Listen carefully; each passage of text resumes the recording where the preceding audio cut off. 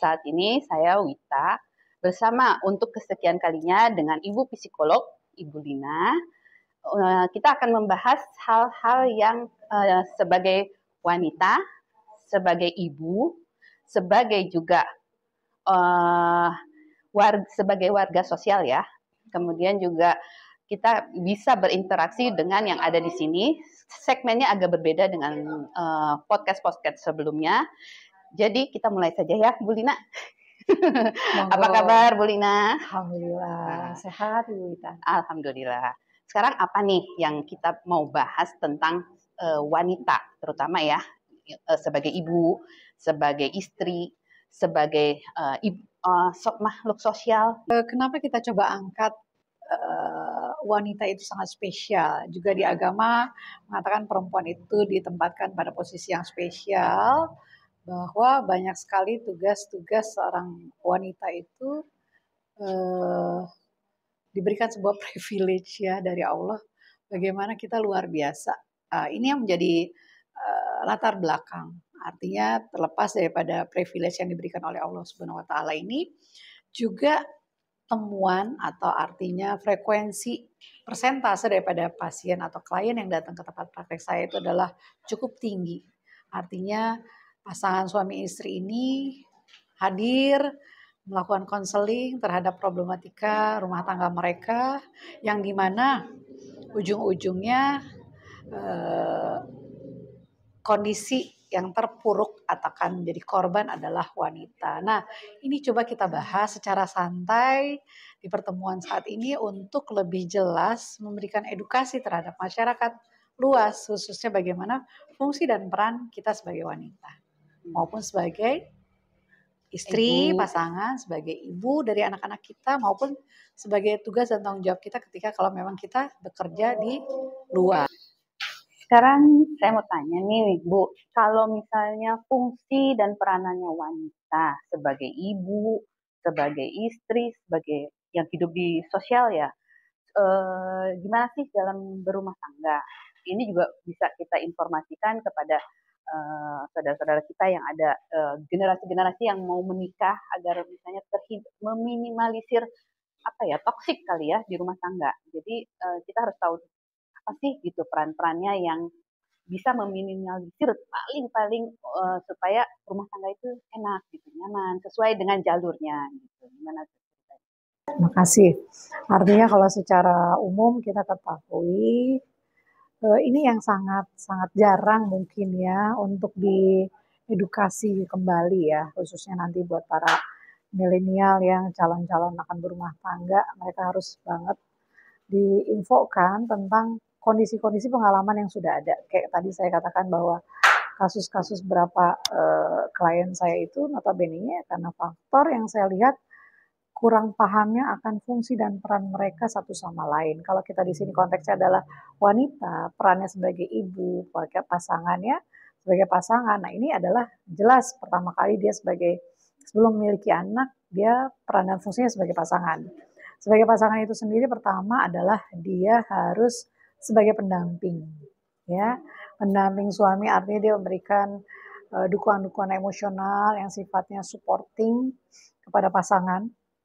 Itu fungsi dan perannya. Dan dia sebagai partner, dia sebagai teman, partner dalam berumah tangga, dia harus bisa memberikan kerjasama yang baik dengan pasangannya. Dan dia juga bisa menjadi seorang motivator, memberikan dukungan sportif juga kepada pasangannya ketika mungkin lagi bekerja, penatnya di kantor, suka diceritakan kembali di rumah kepada pasangan. Artinya di situ kita harus bisa menjadi penyemangat buat pasangan untuk memberikan spirit tertentu sehingga dapatlah penguatan psikologis dari pasangan, dan juga bisa menjadi seorang pengelola rumah tangga. Dalam artian di sini kan kita sebagai pasangan wanita itu suka dapat ya, kan beda-beda ya. Kebanyakan adalah dititipkan adalah budget untuk keuangan di rumah tangga. Nah, kita kelola, Kita kelola dengan baik apa yang menjadi kebutuhan-kebutuhan prioritas dalam rumah tangga. Nah, salah satunya adalah peran-peran itu yang harus diketahui nih para milenial. Sudahkah saya siap akan masuk menjadi pendamping pasangan saya dengan 4 tadi? Salah satunya ya adalah 4 tadi saya jelaskan. Dan nanti ketika dia udah berjalan sekian waktu akhirnya punya anak gitu ya, punya keturunan, karena memang salah satu tujuan kita rumah tangga adalah meneruskan keturunan, memberikan sebuah keturunan yang berlangsungkan populasi kehidupan berkelanjutan terhadap keturunan kita. Nah, fungsinya kita sebagai ibu ya, sebagai wanita di sini adalah kita harus bisa menjadi pendidik. Pendidik ini yang nggak gampang. Kalau di sekolah kan ada guru ya, bahasa itu pendidik dan pengajar. Yang tersulit adalah mendidik. Bagaimana kita harus menanamkan nilai-nilai moral, spiritual, keagamaan itu harus kita bisa berikan kepada anak. Terus dia juga bisa siap menjadi sebagai pengasuh. Pengasuh di sini kan harus bisa memberikan kasih sayang, attachment terhadap anak gitu ya, memberikan apa yang jadi kebutuhan-kebutuhan afeksi, psikologi seorang anak. Nah, itu harus dipersiapkan sebelum dia masuk ke fase itu, dia harus dulu PR dia sebagai kebutuhannya dia harus terpenuhi gitu ya. Nggak ada PR lah gitu loh. Kalau asupan itu terpenuhi, dia ke anaknya juga sangat baik gitu dari perannya dia. Nanti kalau seandainya case yang muncul nih menarik nanti saya cerita ya, bahwa dua, dia sebagai pendidik, pengasuh, dan dia bisa memberikan membangun sebuah terbentuknya karakteristik seorang anak, yaitu juga kita memberikan kontribusi ya sebagai ibu di sini. Nah, jadi menarik banget ya, artinya ini harus seyogyanya mengedukasi masyarakat, khususnya mereka-mereka yang akan masuki dunia rumah tangga yang sebenarnya real life adalah nggak semudah itu mereka membayangkan bahwa kalau udah berumah tangga atau kita nikah itu indah. Nggak semudah itu juga. Kalian harus dipersiapkan dengan tadi faktor-faktor harus ada dimiliki oleh kalian. Sehingga nanti ke depannya masuki rumah tangga sebenarnya muncul tuh biasanya konflik-konflik karena kita berangkat dari rumah tangga yang latar belakangnya ya di pola asuh, pendidikan dan semua itu berbeda dan dipertemukan dalam satu mahligai rumah tangga tadi, keluarga. Nah, ini harus pembekalannya cukup kita berikan kepada calon-calon yang akan berumah tangga nantinya. Nah, tadi itu kan sebelum kita berumah tangga atau sudah berumah tangga aja ya, sebagai wanita itu supaya dia lebih ini kan harus diisi dulu dirinya. Maksudnya sebelum bukan dibekalin, jadi dipenuhi dulu ya. Istilahnya penuhin dulu kebutuhan dianya, baru kita bisa menjalankan itu. Nah, kebutuhan apa sih yang dibutuhkan untuk seorang wanita gitu? Artinya kan tadi berangkat dari latar belakang kita juga sebagai ibu yang dididik oleh orang tua kita yang dulu-dulu itu seperti apa. Ketika misalnya ada luka-luka batin, nah itu harus segera diobati dulu gitu loh. Ini kan marak yang namanya inner child gitu kan, itu kan yang namanya traumatik masa lalu itu harus diberesin. Sebelum masuk ke fase berikutnya kamu berumah tangga, jangan ada PR-PR lagi nih buat ke anak kita. Kalau pengalaman traumatik itu belum dibenahi, kebutuhan-kebutuhan itu yang masa lalu dianggapnya sebagai pengalaman traumatik, itu akan jadi ke bawah terus. Yang tadi bahasanya mungkin jadi kayak toksik berkelanjutan gitu ya. Sebenarnya kan itu cukup sampai kita aja. Kita memiliki awareness tinggi, memperbaiki itu, mencari solusinya ke profesional, beres, akhirnya kita masuki rumah tangga ini juga lebih baik, lebih siap. Tapi itu kan butuh waktu. Butuh waktu kalau misalnya kita kayak beresin dulu inner child kita atau nggak bisa atau seiring waktu misalnya kita udah dewasa gitu, udah waktunya menikah, terus kita baru tahu ada inner child, itu bisa nggak misalnya seiring waktu kita memperbaiki, memenuhi kebutuhan kita, tapi kita juga menjalankan pernikahan gitu, karena ini mau masuk pernikahan istilahnya gitu. Artinya lebih baik preventif, maksudnya sebelum masuki kan kita tahu nih usia kapan kita punya plan gitu kan, usia kapan saya akan menikah, Ada dong perencanaan, walaupun nanti aktualnya kan kita balik lagi ya, jodoh kita dipertemukan usia berapa. Tapi kita punya plan. Artinya manusia dewasa yang normal dia memiliki perencanaan-perencanaan dalam kehidupannya. Biasalah udah selesai sekolah, kuliah, kita kerja setahun 2 tahun perempuan itu dia akan siap. Nah, pada fase-fase itulah dia sudah meningkatkan awareness tadi untuk bisa tahu, oh kayaknya udah kerasa nih aku kayaknya ada gangguan deh, ada inner child gitu ya dalam pergaulan di sekolah di kampus itu kayaknya nggak nyaman gitu. Nah itu harus deteksi dini. Kita bahasanya kepekaan itu dimunculkan, kepedulian itu dihadirkan sehingga kita harus segera tangani itu karena kita nggak mau nanti oh saya kan punya plan memasuki kehidupan rumah tangga saya itu jadi indah, bahagia dan sebagainya. Nah, untuk menginfokan bahwa kita butuh itu, gitu, maksudnya butuh ada masukan seperti itu kepada orang-orang yang rekan-rekan yang mau menikah, itu kan kita berarti ada kewaspadaan dari dini ya, secara dini. Nah itu info-infonya sebaiknya harusnya dari mana kita dapatkan yang mudah orang dapatnya gitu. Seperti misalnya apa dari TV, podcast atau apa gitu yang biar anak-anak sekarang itu bisa dapat infonya lebih cepat gitu. Artinya salah satunya media saat ini kita kan berbincang-bincang karena kenapa dunia digital ini kan mudah sekali diakses sama anak-anak sekarang. Dia gampang tinggal klik doang. Nah cuman kita harus kayak campaign gitu loh bahwa ini terjadi sosialisasi yang simultan yang artinya marak semua mengkampanyekan bahwa ini hal yang penting untuk dihadapi buat kalian-kalian nantinya. Kalian ingin indah kan, ingin bahagia kan, walaupun itu relatif. Bahagia itu katanya harus diciptakan. Tapi bagaimana kita bisa menciptakan kalau kita masih punya PR-PR masa lalu kita yang belum terselesaikan. Itu juga menjadi faktor penentu gitu loh. Kita misalnya nih, punya pacar gitu kan bahasanya anak-anak sekarang. Kan bahagia kita ciptakan. Saya mau ciptakan, tapi ternyata saya punya PR nih ganjelan-ganjelan terhadap pola asuh orang tua saya itu yang masa lalu itu masih ngeganjel, akhirnya ngefek terhadap tampilan kita, karakteristik kita, perilaku kita terhadap pacar kita gitu loh. Misalnya emosional gitu kan, dia ada case apa kan dalam pacaran tuh mulai kesini-sini misalnya berjalan sekian waktu ketahuan dia aslinya atau mereka masih menutupi gitu dengan indah-indahnya karakteristik, tapi setelah berumah tangga aslinya keluar. Nah ini gitu loh, kita juga harus dalam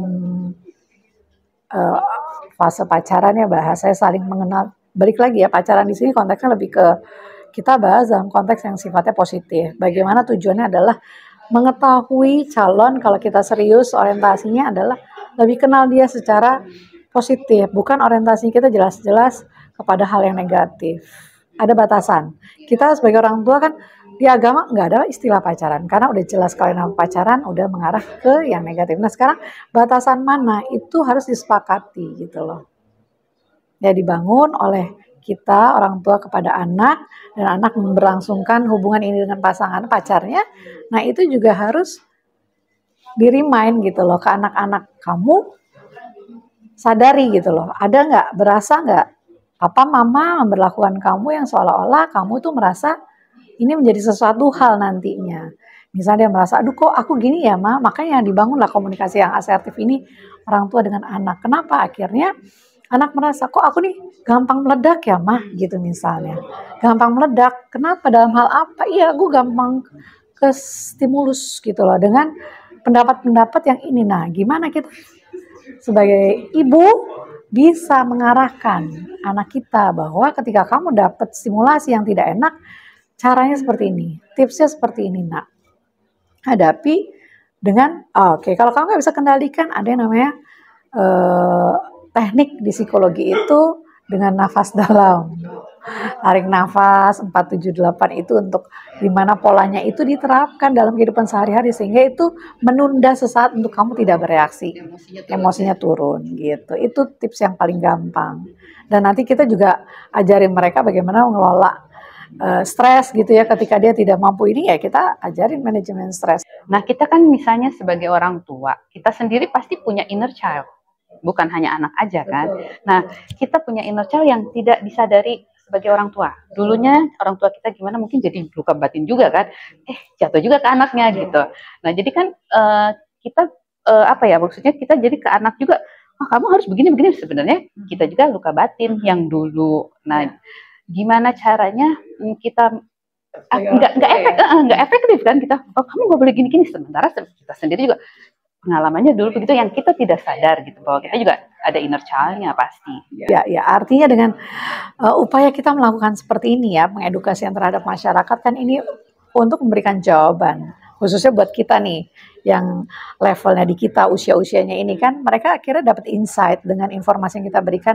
Oh, gue ternyata memunculkan kepekaan atau kepedulian untuk mereka sadar bahwa kamu tahu ya, kenapa saya sama anak tuh begini jadinya. Nah ini, kita peduli bahwa ini ada sinyal-sinyal yang menyatakan bahwa kita tuh punya luka batin yang belum selesai. Nah kalau itu sudah terdeteksi, muncul nih ya kesadaran kita, langsung kita memperbaikinya. Kita nggak bisa sendiri ya, kita misalnya datang ke teman-teman yang kita bisa percaya, yang memang paham, mengerti.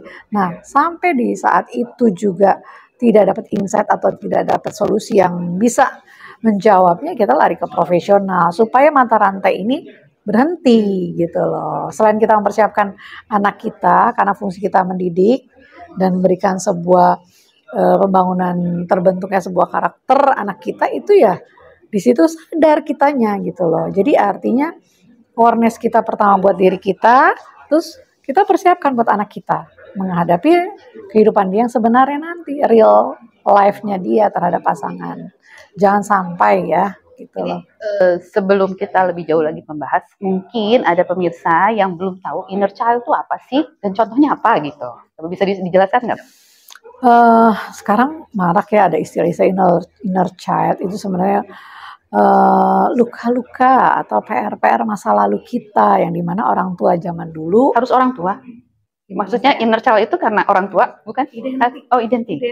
Karena kan manusia itu nggak lepas dari masa lalu, gitu loh. Ketika kita masih anak-anak, pasti kan pola asuh itu dari orang tua kan. Inner child itu identik sama kehidupan keluarga kita, gitu loh. Kalau bicara masa lalu itu memang ada hal yang traumatik itu identik kalau kita masih anak-anak, balik lagi di keluarga itu ada siapa? Orang terdekat adalah orang tua, atau pengganti orang tua ada nenek kita atau om kita yang melakukan pengasuhan kepada kita. Nah di situ kita lihat terjadi proses apa dalam proses pengasuhan terhadap kita, itu yang bisa menjadikan luka-luka batin gitu. Contohnya apa? Misalnya yang bisa dia atau mungkin karena, bisa nggak sih kalau misalnya karena kita sewaktu kecilnya sering dibilang gendut lu gitu, jelek lu, itu bisa jadi luka batin atau gimana?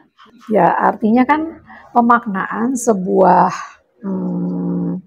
ungkapan, pemaknaan terhadap sebuah label itu kan artinya kan juga bisa memberikan traumatik terhadap orang tertentu. Nah sekarang sampai batasan apa misalnya kita sebagai orang tua sadar itu akan berdampak. Ini misalnya kita mau mencerdaskan diri kita.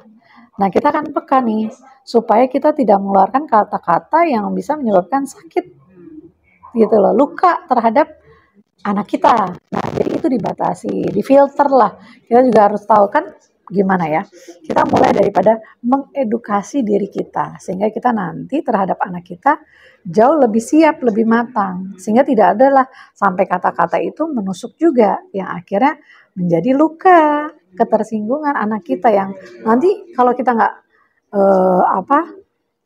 jelaskan lebih lanjut gitu, itu menjadi akumulasi, kumpulan-kumpulan dari luka-luka batin anak kita gitu loh, terpukul, terbentuk karakter gitu loh.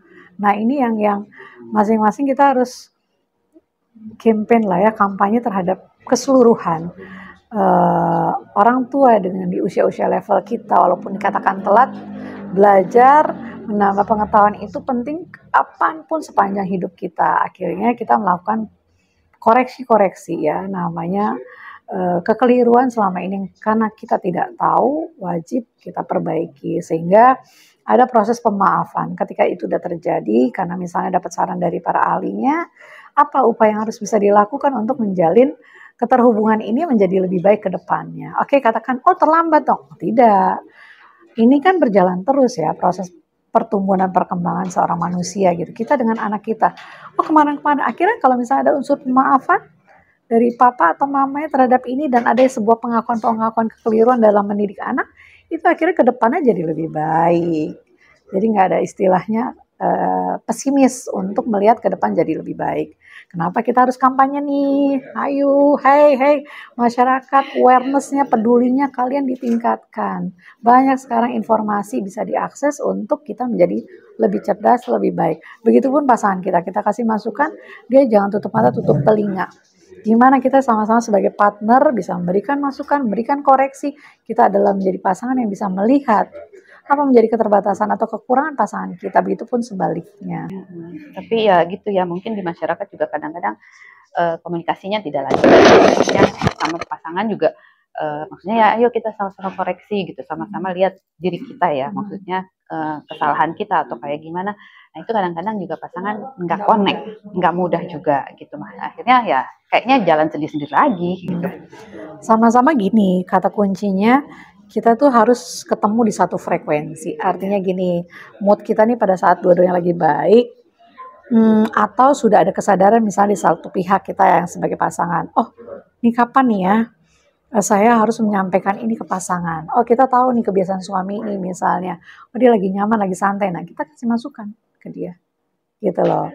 Atau si suami pun akhirnya si pasangan ini supaya muncul awareness-nya tinggi, kita kasih sampel-sampel kasus-kasus yang memang itu menjadi pengedukasian untuk memunculkan insight-nya dia, melakukan perbaikan-perbaikan terhadap pola-pola yang dia berikan kepada kita sebagai pasangan. Itu sebagai koreksi yang secara tidak langsung. Begitu. Nah itu ya saya pernah dengar juga kalau nggak salah kita itu maksudnya pemenuhan kebutuhan cinta gitu. Jadi kayak katanya ada 4 ya, maksudnya bahasa cinta gitu. Bisa dijelaskan nggak tuh bahasa cintanya? Jadi mungkin kalau kita terpenuhi ada lebih baik gitu terhadap kehidupan. Kita kan harus kenal ya pasangan kita, misalnya Ibu Wita dia lebih nyaman misalnya dengan sentuhan, kita harus peka itu. Kita beri kebutuhan pasangan kita dengan sentuhan atau dengan sebuah pujian. Jadi kita harus tahu banget 4 bahasa cinta yang harus kita penuhi dari kepada kebutuhan pasangan. Sehingga artinya di situ ketika ada pemenuhan dari ada bahasa tangki cinta juga nih ya di psikologi.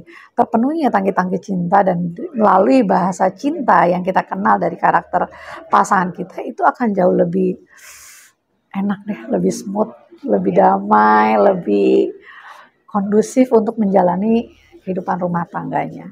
Kalau anak sekarang kan lebih peka ya, dia bahasa cinta apa sih, maunya dia apa, dipuji atau diberikan gift sesuatu. Tapi kalau kita yang dulu kayaknya itu belum marak ya, jalan aja, nggak familiar gitu kan. Gimana untuk memperbaikinya? Ya kenali aja pasangan kita, karakteristiknya seperti apa gitu loh. Itu aja. Nah ini untuk sebagai penutup, ada nggak maksudnya saran atau untuk yang mau menikah atau sebagai wanita atau untuk semuanya lah, bukan wanita aja, pria juga gitu, agar lebih baik lagi untuk dirinya sendiri. Ini untuk dirinya sendiri ya gitu. Ibu.